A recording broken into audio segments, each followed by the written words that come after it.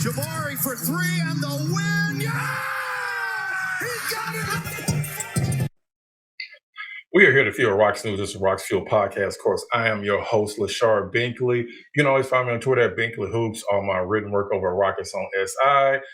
You can also find me with the Rockets Collective podcast. And during the season, I usually do a weekly show with Nate Griffin over on Fox 26. So you can find me at any of those different outlets.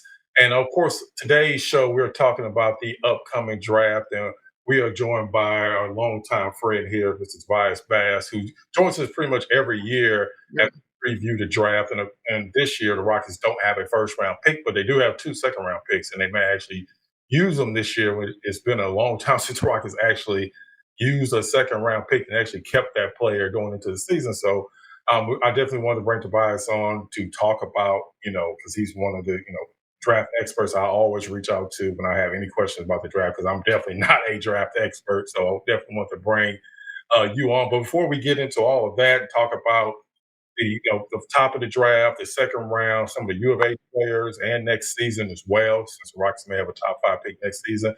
Why don't you, again, as usual, let everybody kind of know where they can find your work and a little bit background about yourself. You can find me on Twitter at Tobias_Bass. That's TOBIAS_Bass, like the fish. You can find my work at The Athletic. I really want to venture into TikTok. I just haven't found my way on there yet. I think I'm going to start doing some videos on there at some point in the near future. But yeah, you said quick background. Just I scouted for a while before I got to The Athletic. I do some pieces like that. I just wrote a story on the NBA PA Top 100 Cramp from last week, some of the top standouts that was there. Probably about 13 guys I think I wrote about, something like that. So you can find it at theathletic.com. Yeah, you just telling me, like, you go all around to different camps, seeing some of the top players in the NBA or top players that are coming up. So I'm sure that kind of just gives you a good idea. A lot of players that we only see once they get to college or even the NBA. Some of these kids that are coming out in this draft, I've seen them since they were little. Like Kingston, I've been watching Kingston play since he was 8th grade. So seeing him from where he was to where he is now, I'm super proud of him, and then 2, he deserves all of this. So I'm super excited to see where he ends up and a lot of these other guys. Yeah, kind of just getting right into it. You mentioned Kingston, of course, played 1 year with the University of Houston. He's projected to go in the top 10, and we'll kind of see how that plays out. But let's just talk a little bit about the top of the draft. Like I said, the Rockets don't have a pick in the top draft, but again, it's still very interesting to see how it's all playing out. We've seen a lot of kind of reports come out recently that some players only working out for particular teams, and that may kind of signify who's going to get drafted and where position. But just looking at for you, who's kind of like your top 3 or even like your top 5, and who do you expect to go number 1 in the draft next week? I think the Banster does it. It would be crazy if they went ahead and got Peterson, but I just don't think there's gonna. I was talking to some people, around the league the other day. They're gonna pick the Bansers, what I just strongly believe. But the Banster, Peterson, Boozer, at 3, Caleb Wilson at 4, and then that 5 spot's gonna be interesting. Do the Clippers move down? Do they trade the pick in general? That one's going to be interesting. There's been a lot of chatter about what they're going to do. It seems like every week, every other day, they like a new player. Oh, we love Wagler. We love Kingston. We like Mikael Brown. That was the latest one I saw this week. So it'll be interesting what they want to do. They have a super aggressive owner. I think they don't tend to keep their picks long. Like Shea, they drafted them, they traded them. They don't really develop their guys very much. They draft them and trade them, or they trade the pick in general. So I think that may be something they like to do. This year may not be any different at 5. And so, of course, you mentioned AJ going number 1. And the Washington Wizards kind of just went through a whole transformation last season, bringing in Anthony Davis and Trae Young, even though we kind of heard some trade chatter with both of those players. But as of right now, they're still both on the team, though Trae Young did reject his player option to go into free agency. But as far as AJ, how do you think he will fit with the current Washington Wizards team now that they kind of went more of a veteran-heavy type team for this upcoming season? How do you see him fitting with them? And is there a player you can kind of think of that he either kind of models his game after, or the kind of player that reminds you of his type of game that he had coming into the NBA What's kind of just your overall thoughts on AJ? He kind of has some Paul George-ish in him. He got some of that. And Paul George phenomenal, especially even after the injury, he was great, especially those Thunder years. But he has some of that in him. Some Wiggins in there. I think he's kind of one of those big kind of combo-ish forwards that can kind of score it, can put the ball on the floor, do a little bit of everything, can guard as well. That's kind of what he reminds me of. How he fits is going to be interesting because I don't foresee Trey and Anthony Davis wanting to be there long anyway. Yeah. So there's still going to be some version of starting over, even if they play an entire season together. Then they leave, or they move them at some point during the year, depending on how it goes. So they're still a young team. All those other guys are young. Those guys are second, third year players. Trey Johnson, Bub, all those guys. Alex Sarr, I think he's going in year 4, year 3. Yeah. Those guys are young, so they're still in some version of a rebuild, despite them having all those marquee names they traded for last year. And kind of talking about another person in the top 3 or 4, I've kind of heard it kind of all over the place when it comes to Boozer. I heard some people say they think he's the best player in the draft. I heard some people say that his game's not going to translate to the NBA. But what's kind of your thoughts on him? Because it's kind of seemed like he's slid to go at number 3 to Memphis. And Memphis is just kind of, who knows what their team's going to be going into next season. I don't think John Morant's probably even going to be there. Yeah. They're probably going to lean more into, Zach Edey. They've already traded away Jaren Jackson. So what's kind of your thoughts on what Boozer can bring to the NBA? And do you think that his game can translate to the next level?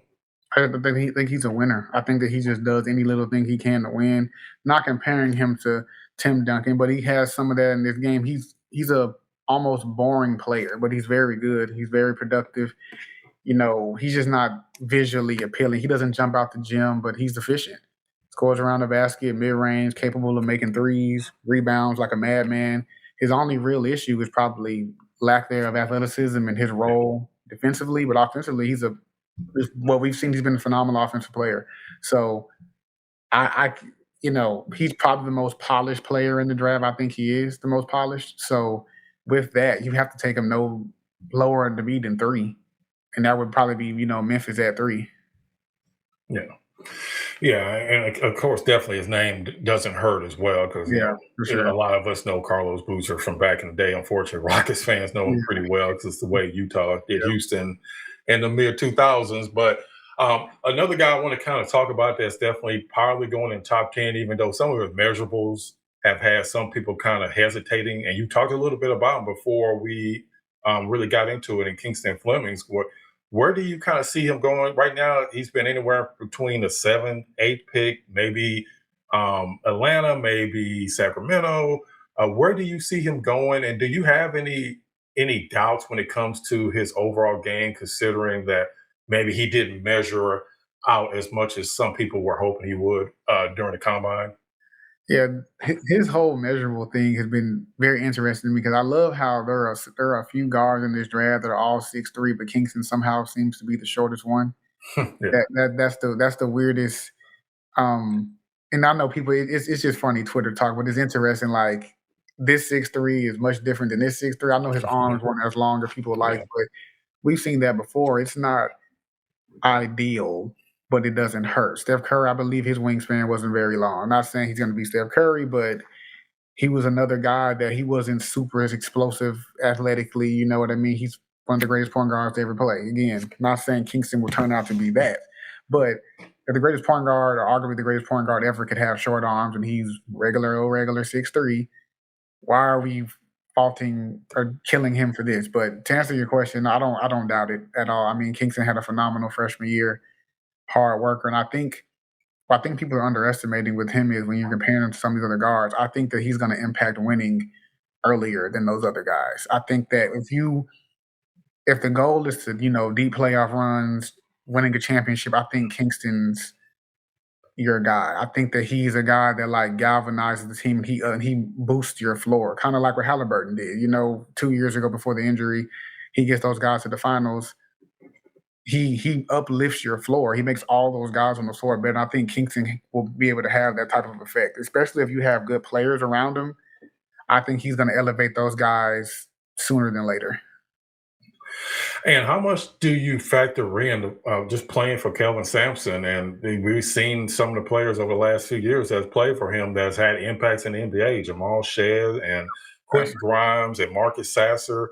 How much do you think does that play into it? How much does just playing in the U of H system will help him, going into the NBA?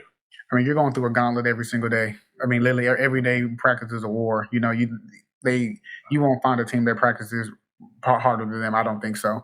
But he'll be ready. He's tough. He's mentally tough. They call it ready up or pro ready at U of H, and he'll definitely be pro ready because you're going through that pro style grind every single day. And if you're able to get through that and have a phenomenal freshman season like he did, I think that he's ready. You know what I mean? At the same age, I think he was better than he was better than Jamal Shead. He was better than Marcus Sasser. That's why he's going one and done after only 8 months in school. So I think that he'll be ready to go. I think that he'll be ready to go, and whoever gets him, they're going to get their star point guard for the future.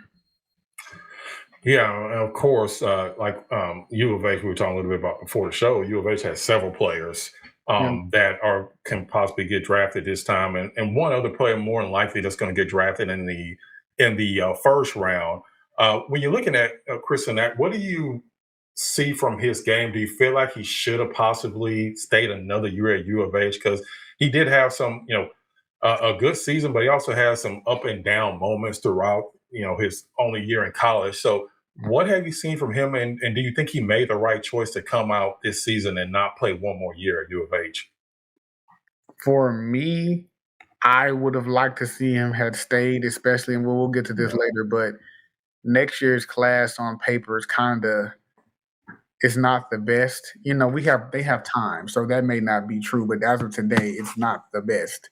So if he comes back, he would have to be a lottery pick at the minimum, I think. I think even he's talented enough, he could have probably been a top 10 pick. I think he's talented enough to do that. But here we are, right? We're 4 days from the draft. So he's a super talented kid. I mean, I thought that he showed that he could really rebound the ball at a high level. Some of the shots he typically are capable of making made at NFL at that high a clip, but he's really talented. He's just gonna have to go somewhere, hopefully, in those early mid-ish 20s, and kind of just develop him. It's gonna be a process, but he's a hard worker, and I think one thing that he did prove is that he's mentally tough. He was another kid, coming out of high school, people questioned how tough he was. For him to voluntarily want to choose U of H, knowing how hard it's going to be, that shows something about his character that he really wants to work and he's capable of doing so. So I think he's going to be someone that goes in those mid to early 20s ish, and he's going to have to develop. But there's a pathway to success with his mindset. And of course, like I said, the Rockets don't have a first round pick, so anything they really do, unless they trade into the first round, which I don't necessarily see that happening, but they do have the 39 pick via a trade with the Chicago Bulls. They also have a 53rd overall pick, which I don't see them using that pick next season or this upcoming draft. And they haven't really done pretty much of anything over the last several years in the second round. The last second rounders that actually did anything for the Rockets was in 2015, and that was Sam Dekker and Montrezl Harrell. Every other second round pick they've had, they've either never made it on the court with the Rockets, they traded them away, or they played in the G League, and again, never played for the Rockets. So it's been a while. So when it comes to the second round, no, it's always a little bit hard to judge second round because you don't know what's going to happen in the first round and who's going to fall where. But what's some of the names that could be around at around the 39th pick? There's a couple of players I want to ask you about afterwards, but who's some of the guys that you think may be around that may be someone that the Rockets maybe could look into as, maybe someone they could stash in the G League for a little bit to kind of, get some seasoning before he comes into the NBA. But who's some guys that Rockets fans should be looking at? I think for them, you got to find you an older point guard. I would love to see them do that. That was the biggest issue. No point guard, especially when Fred VanVleet being out the entire year. Does Jalen Bradley make sense? Braden Smith, does he make sense? Those guys will be around that low 30, early 40s-ish range. Could you grab one of them? Is Orion Conwell at Louisville? Is he another name that you may do? So I think guys like that make sense, especially because you need depth at that position. You really do. And there are some older guards who I think that'll be able to come in and they may be good in that role. They're third or fourth year players.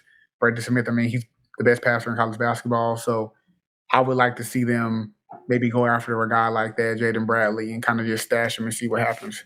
Because I mean, if he's not the best, then okay, but you got to fill that void somehow. Yeah.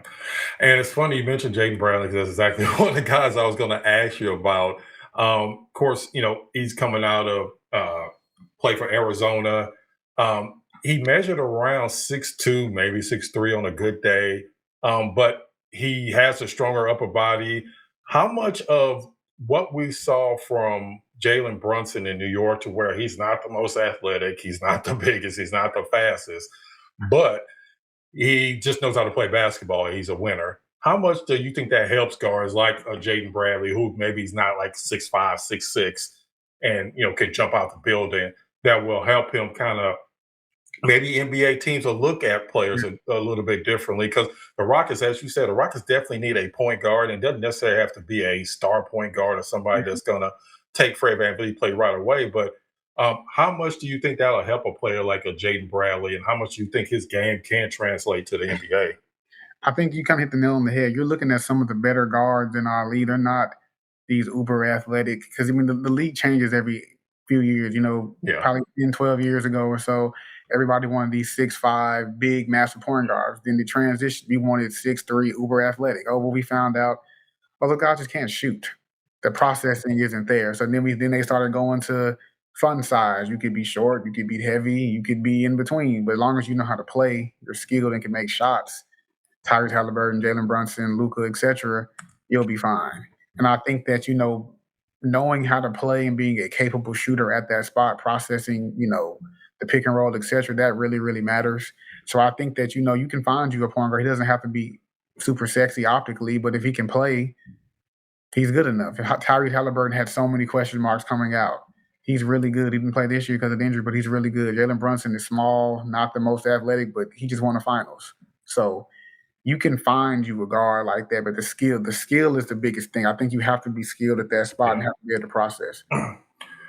Yeah, and and also, how much does it help that he played 4 years in college? Yeah. I mean, he shot 39% from 3-point range. Of course, we know, sometimes it doesn't always translate to the NBA, but just how much does it help that he played those 4 years? He averaged the most points of his career in his senior season. So how much is being able to play all those 4 years? Because we don't see that a lot anymore. Most of the time now it's just 1 year and they're out. So how much will that also help him kind of hit the ground running when it comes to the NBA? I think it helps. It's the maturity, right? He's been through a lot in his experience. He's a kid that transferred. He's been through some things. You know what I mean? I think he might have been a McDonald's All-American, definitely a 5-star prospect. So he's been through a lot of different things. So his maturity, he'll be able to come in there and step into a role, even if that is being a backup, and he'll be able to accept that and take that. Sometimes some of the younger guys, they don't really want to hear that. They think they think they're more than what they are. But the older kid, he'll be able to step in. I can understand my role, and he can live with that and just continue to develop. So I think it is, like you said, we don't see it that often, but I do think it holds value. And kind of continuing the whole second round, and this kind of ties also in just the other U of H players as well. Where do you see any other U of H players getting drafted in the second round, or possibly would they be more likely to be a free agent that can get to someone camp? We're talking about like Sharp, and we're talking about Milos Husan. Do you see either one of those guys in the second round? And if so, are they also a possibility for the Rockets at 39, or is that just a little bit too high? You see them kind of further down the second round. I could see Sharp, maybe them considering him at 39. But I think there's a strong chance they both get drafted. I think that's definitely well in the warehouse. I think Sharp definitely gets drafted. And I think Milos will get drafted too. He might be in the 50s, late 40s, but I can see them both getting drafted though, for sure. And another position I think the Rockets possibly could be looking to get a little bit younger at, because it's a center position. Just because we don't know what Steve Adams can come back from the injury. Last time he came back from injury, it took him almost over half a year to even get back to a decent playing shape. And then Clint Capella is kind of looking like he's towards the end of his career. Is there any big men in the second round that maybe a little bit more athletic that maybe you could use as a project? Sort of like we talked about with the guards, where maybe he doesn't start with the Rockets. He starts in the G League with the Rio Grande Valley Vipers. Any big guys that you can maybe point to that maybe someone the Rockets could possibly take a flyer on in the second round?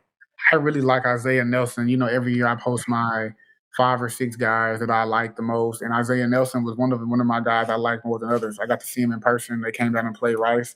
He's like 6'9.5", but I think USF is one of the better offensive rebounding teams in the country, and that was due to him. He's an animal down there on the glass. Like I said, about 6'9.5", maybe 6'10", but he's a load down there, and he's a project big that he was good. He was good last year. I think he averaged what 15 and 10 last year at USF. So I like him. He's one that I could see them maybe taking a look at in that late second round. And like we've kind of been talking about just with the second round, but is there anybody that you possibly could? Oh, let me ask you this: who do you see as like a sleeper player in the first round that possibly can fall to the second round that maybe other teams may not look at in that first round, but could fall in that second round, and the Rockets can get a steal? Is anybody in that first round that you think can possibly fall into the second round? Joshua Jefferson from Iowa State, Malik Thomas at Arkansas is another one. Then maybe Baba Miller. I mean, that dude a few years ago, they were having him as maybe the number 1 overall pick in the draft, definitely in the top 10. He's kind of, bounced around a little, but he's super intriguing, 6'11", skilled, jumper. He doesn't shoot at the best, but he kind of does a lot of different things well. He's kind of one of those go-go gadget players. He's one that, I could see him down the line maybe carving out a role somehow and just, being good. But this was a guy a few years ago, they had that dude as like a top 7-8 pick like 3 years ago. So he had a better season this year, but he's one I would keep an eye on as well. Okay. And of course, like we've talked about the Rockets next season, the possibility, especially with the new NBA draft lottery odds changing and kind of changing how each pick is weighed depending on what they've done the previous seasons. The Rockets could have a top 5 pick. They have the Brooklyn pick next season. They also have the Phoenix pick that they can swap for. I know it's a little bit too early. You talked a little bit about it earlier about the 2027 draft. But first off, do you think it's a draft that's I know you mentioned that it probably won't be as good as this year's draft, but what do you think are some guys or some players that Rockets fans should keep an eye on during the season, maybe around the top 3 or 5 players for next year's draft? One, Jason Crow at Missouri. That dude is just wired to score. He's like a video game. He's going to put up a lot of points at Missouri. This kid, I think he led California in scoring like several years in high school the past couple of years. Amari Allen, I'm glad he went back to school. The wing at Alabama, really, really like him. 6'6", 3-and-D, can really score it, shoot the ball. He's one. One I want them to watch too is Anthony Thompson, 6'8", 6'9", kind of tweener forward, Ohio State. I think he's going to be one. He has a chance to. They have him going like lottery, like 13, 14, 15. I think he's one that he'll have a good year. He'll skyrocket and move up. I really like him at Ohio State. I think he has a chance to really blow up. Cameron Williams, 6'11", versatility at Duke. He's another guy we'll keep an eye on as well. And just, how often do you see to where the players that you may think that, oh, well, these players going into the year are kind of the top 5, top 10 guys. And then, like you just mentioned, a lot of times where a player kind of comes out of nowhere and all of a sudden they're like a top 2 or 3 pick once we actually see them on the court instead of just on paper. It happens, right? I mean, you look at Kingston. Like, I feel like we've been talking about him all day, but he wasn't a McDonald's All-American. He was ranked very high. He was a 5-star prospect, but he was not a McDonald's All-American. He should have been, but it's just the work. He had his head down and he did it. You know what I mean? That Keaton Wagler, no one has saw Keaton Wagler play. He wasn't even on a circuit. But when he was time for him to play, he did it, and he played very well. At the end of the day, you can be ranked a 5-star, 2-star, whatever it is. You still got to play, and at that level, you cannot hide. And the guys that can really play, they're gonna stand out. That doesn't matter what you were or were not ranked. You're gonna stand out.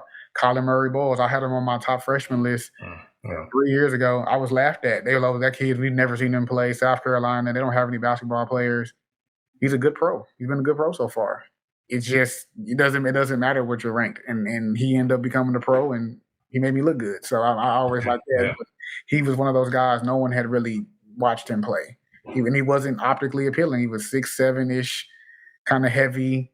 He's a good pro though, and he's going to have a good career. So I think it's really just these kids change so much month to month, year to year. You really just got to watch them over and over and over again, and just kind of see there's so many variables in it. Yeah. And I want to go a little bit back. Another topic that we were going to talk about was the Rockets draft from a couple seasons ago when they drafted Reed Shepherd. Yep. Now, of course, hindsight is 2020 and all that, and situations are different, teams are different. They may not have been the same player if they were on certain teams. But looking back at it, when the Rockets did make the draft decision to go with a Reed Shepherd, and we've seen what Steph Castle has done for the San Antonio Spurs. At the time, do you feel like the Rockets made the right decision considering what the needs that they had on the team? Or even then, you're like, okay, Steph Castle was always going to be the better player. And the Rockets, kind of just knew from then that the Rockets made a mistake not going with Castle, and especially since it's kind of reports came out that Castle did kind of put out some feelers to the Rockets that he was interested in coming to play in Houston. But just thinking back then and what you've seen now, did you think back then that the Rockets made the right decision going with Reed Shepherd? I was a big Steph Castle fan. Another one, I got to see him really young, freshman year. Got to see him. I think he probably exceeded everyone's expectations of what he could be. This guy could be an All NBA player in a couple of years, maybe, because he continues to develop. I mean, I get why the Rockets did it, but that draft was kind of kooky. Yeah. I mean, Zach say Sarr, Shepard, Castle, Ron Holland. That's the top five. You go again, Saloon, Donovan Clingan, Dillingham, Zach Edey, Cody Williams. That's the next five. Where are the players? They're still young and have time to develop, but these guys aren't setting the world on fire outside the Castle. Not really. Clingan's solid. Dillingham doesn't play as much as we probably want. You go again. Maltas has gotten better. Nikola Topic, Devin Carter, Bub Carrington, solid. Khalil Ware. The draft was kind of weird. So, I thought Castle would be the better player, just how physically big and gifted that he was, but he just took a jump immediately. And I think he went to a great organization. They put him in the spot, and they had pieces around him to really help him. They invested in not only Wemby, but him and just everybody else. You add a Fox. I know they're getting on him right now, but he's still a hell of a player. You add a Fox into the fold. That really helped them mature and grow faster. And just kind of continuing on Reed Shepherd, just from what you saw, watching him before he got to the NBA, how much is it that Reed Shepherd is just limitations to his game, and how much of it is just what is around him with the Rockets? Because as we know, he was kind of pushed into it this season with Fred VanVleet being out all year, and Thompson not really stepping up as a point guard. So you're dependent on Kevin Durant and Alperensengun to run your offense. How much of his limitations are, I would say, his struggles, even though he was better this year, definitely than his rookie season, but how much of his struggles is more based on the team and just what his limitations are? I think it's definitely a combination of both. But we knew his limitations, right? He wasn't going to be able to guard. Quickness and getting by his man was probably going to be an issue. He's not the biggest guy, but he can really shoot. He was skilled. I think a lot of it's going to have to be just what's around them. As a team, I think the Rockets, they're like severely flawed. They're flawed. Like you saw, you watched playoff game, you have Kevin Durant at point, a center, and you have three tweener forwards on the floor at the same time. You can't win games like that. I think their roster is flawed. So that's going to then, unfortunately, Fred VanVleet gets hurt. We didn't want to get anybody else, another point guard to maybe help the young buck out. Yeah. We didn't want to do that at the deadline for agency, trade, nothing. So you literally just threw him into the fire and it was sink or swim. And, he did the best that he could, but the roster's flawed. I think you got to fix some of that too, because there's no reason. I love Kevin Durant. He's a phenomenal player. He should be playing point guard. He's never had to do that before. And he's a high IQ player. He turned the ball over a lot. That wasn't his fault. You're playing him out. That's not what he's best at. So I think that they have to fix the roster structurally, and I think they'll be on their way. And so let me ask you about, of course, one more question about Reed Shepard, but I also want to ask you about Amin Thompson, who was their other most recent draft pick. But as far as Reed Shepard, what do you ultimately think his role is going to be? Do you ever think he's going to be a point guard? Is he going to be more of a tweener, specialist type of player going throughout the rest of his career? You know, I'm not going to compare him to Peyton Pritchard, but it took him a while too. And he was older. He was an older player too, coming out of war. I'm not saying he's going to be Peyton Pritchard because Peyton Pritchard's unbelievable, but it took him a while too. It was hard those earlier years. You know, he wasn't setting the world on fire at the beginning of his career.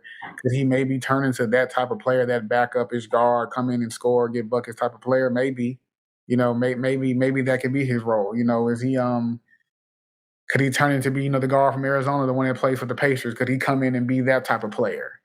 Maybe. It's just gonna take him some time. But I think his role would probably be a backup point. I could see him being that. And like I said, I want to also ask you about, Amin Thompson, though he's been in the league a few seasons now, but of course, again, you watched him before he got to the NBA. He's going to be up for a new contract here pretty soon, possibly. I doubt he's going to get the max money, but he's going to get a pretty hefty pay raise regardless.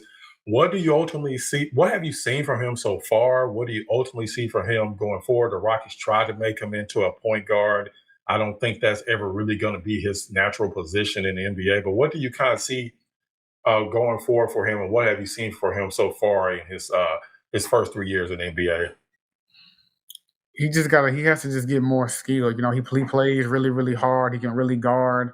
He has to get more skilled. You have to in this league, you gotta make shots. You seen the commercial, it's a make or miss league. You gotta make shots. You gotta make shots, especially, you know, when you're so open. You gotta just continue to make them continue to develop that skill set. But you know, how are they developing? What is his offseason plan? What are they doing with him to get him better? I also think again the roster was flawed. They were also putting him in a position he may not have been ready for. But he does have to develop and get better though. I think that's the biggest. He has to just continue to get better. And one more thing before we kind of get out of here, something I was kind of fascinated by how the Rookie of the Year race went last year, because I think most people kind of, even though Cooper Flag, ultimately won, I think most people thought he was just going to run away with that race last season. First off, were you surprised how good Cooper Flag was, how fast he was able to be that good in the NBA? And what do you think of just the rookie race between him and Con Knueppel? How do you think that whole dynamic worked out, and were you surprised from what you saw from Con as well, as far as how well he played for the Charlotte Hornets? Um, like Cooper's. I mean, he's really, really good. I think he walked into a good situation. You know, he didn't get to play much with AD. Kyrie obviously didn't play, so he was another one. They kind of threw him into the fire. You know, and he when they moved him off the ball and put him like more on the wing, I think that's when he really started to thrive because he's skilled enough where he can make the reads, make decisions, but he's not a point though. He has the point forward skill set, but he's not a point. So when they moved him off the ball, I think that really, really did help him. I love Con. I love Con Knueppel. I remember seeing him for the first time his junior year. I was like, who is this little heavy kid? He's just like destroying dudes on the EYBL. It was it was fascinating to me how good he was because he's another one. He is not uber athletic. He is highly, highly skilled, and he's a marksman from three. He just knows how to play. His mom was a very good basketball player. She taught him well. I'm not surprised from Khan. I liked Khan. I thought that just watching him on EYBL, just seeing how he moved, how he was just so efficient. And this kid, he led the EYBL in scoring his last summer. He was like almost a 40, 50, 90 kid on the EYBL on a bad team. So for him getting those reps, seeing him early, the EYBL will tell you what NBA players are. Yeah, I didn't know that he would be a one and done in rookie of the year. It's or second in the rookie of the year. He has a rookie, like only being in school for 1 year. But I knew that I thought that he would be a good pro. Dylan Harper was another one. I mean, what he did in the playoff was spectacular. Is it fair to say that those three are somewhat on the same level? Even if you think Cooper's better, they're all comparable, especially after what Dylan Harper did in the playoffs. And actually, one more before we wrap it up. Like you talked about earlier, you go to all these different camps. You see all the players that a lot of people have never even heard of and won't hear of until later on. Is there one or two players that you think people should kind of pay attention to that maybe not on anybody's radar, but we'll probably be hearing from them in the next few years? That's not on anyone's radar. Yeah, or even if it, maybe somebody we've sort of heard of, but a lot of people, may not follow as definitely don't follow as closely as you do. Is there anybody that we should be like paying attention to that should I mean, maybe will become more of a household name in the next 2 or 3 years? I'll give you 3 names. One is Beckham Black. He's Anthony Black's little brother. Yeah. Just phenomenal point guard. I think the rankings just came out. They updated themselves. He's second. I think he's the best player in the country. I do. I think he's the best player in the country. I know I'm arguing between 2 and 1, but I just don't think there's a better player in high school basketball than him at this current time. Just every time I see him, he just continually gets better. He's learning from his brother, who's an NBA player. His stepbrother is a PV that's also in the league. His stepdad's a phenomenal high school basketball coach, so he was just taught the right way. And he's just wired a little different. He's really a basketball junkie. Like, that kid really loves basketball. I think he's going to be named to hear about. Jan Yamagate, he's a 7'1", 7'2" center in the 2028 class. He probably will be the best player in that class. That's a kid that you can see in a couple of years. He may be the number 1 overall pick in the draft. Maybe definitely in the top 5. Fluid athlete. You don't see many guys that are that tall that move like that as well. So those would probably be some of the 2 that I would keep an eye on. All right. Yeah, it's definitely interesting to kind of think about that because, again, Rockets also have possibility another high draft pick in 2029 from that Phoenix Sun trade. So that's just something else to keep your eye on. Before we wrap it up, definitely again let everybody know where they can kind of find all your great content. You can follow me on Twitter at Tobias_Bass. That's TOBIAS_Bass. You can check out all our great work at The Athletic. We're going to have a ton of NBA content before the draft, during the draft, and after. So just go out there and subscribe and let us know what you guys think. And like you talked about after the draft, as usual, I appreciate you coming on. And after the draft, if the Rockets actually do make that second round pick, definitely want to have you back on the show because, no one better I can imagine talking to, especially when it comes to, college players and getting a real insight. Because a lot of us only follow it during the draft time, but you following it all year long. So definitely want to have you back on after the draft if the Rockets do make that second round pick so we can get more of an insight on who the Rockets could be bringing in with one of those picks. So as usual, I appreciate you coming on. But we do this every single year. We can continue to do it every single year. So as usual, like I said, I appreciate you taking out the time and coming on the show and helping educate us Rockets fans on the upcoming draft. No problem. Thanks for having me on. Like I said, bring me on whenever you want. And this draft should be fun. So everyone should enjoy it and see what what the Rockets do, what these other teams do. I think there's going to be some movement. So it should be a fun couple of days. Absolutely. And like I said, I appreciate you coming on. I appreciate everybody that checks out the channel. I know it's been a while since it's been on, but of course we're in the off season, but I'm definitely gonna be picking it up here with the draft, with free agency coming up. We can see if the Rockets gonna make any other type of moves. Like I said, I'll be back on after the draft, possibly bringing back on Tobias to talk about who they drafted in the second round. If they make some surprise first round trade, I guess we'll kind of see how everything plays out. So again, as usual, I appreciate all the support. Make sure you like and subscribe the channel, this video. As usual, I appreciate everybody that comes on and watches, listens every time we have one of these podcasts. So definitely make sure that you check out the next episode of Rockets Podcast. As usual, I appreciate all the support.